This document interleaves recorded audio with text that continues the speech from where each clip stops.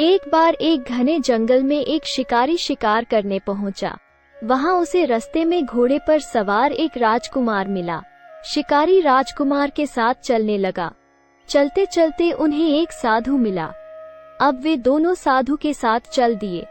वे चारों जंगल में साथ साथ जा रहे थे। तभी उन्हें एक कुटिया दिखाई दी। वे चारों चलते चलते थक गए थे, सो विश्राम करने के लिए वे कुटिया में रुके। कुटिया में एक बाबाजी बैठे थे।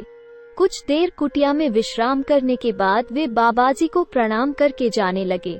बाबाजी ने उन चारों को 4 आशीर्वाद देते हुए कहा, राजपुत्र तुम चिरंजीवी रहो। ऋषिपुत्र तुम मत जियो। साधु तुम चाहे जियो चाहे मरो, तुम्हारी मर्जी। शिकारी तुम न जियो न मरो।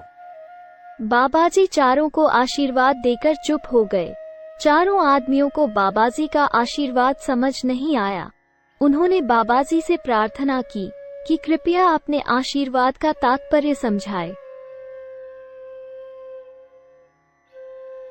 राजा को नरकों में जाना पड़ता है। मनुष्य पहले तप करता है, फिर तप के प्रभाव से राजा बनता है और फिर मरकर नरक में जाता है।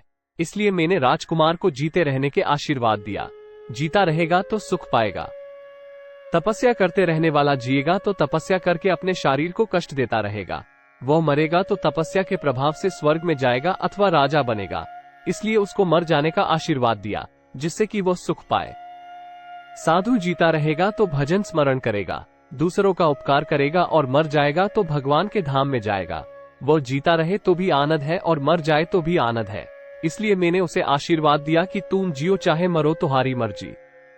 शिकारी दिन भर जीवों को मारता है। वह जिएगा तो जीवों को मारेगा और मरेगा तो नरकों में जाएगा। इसलिए मैंने कहा तुम जियो ना मरो।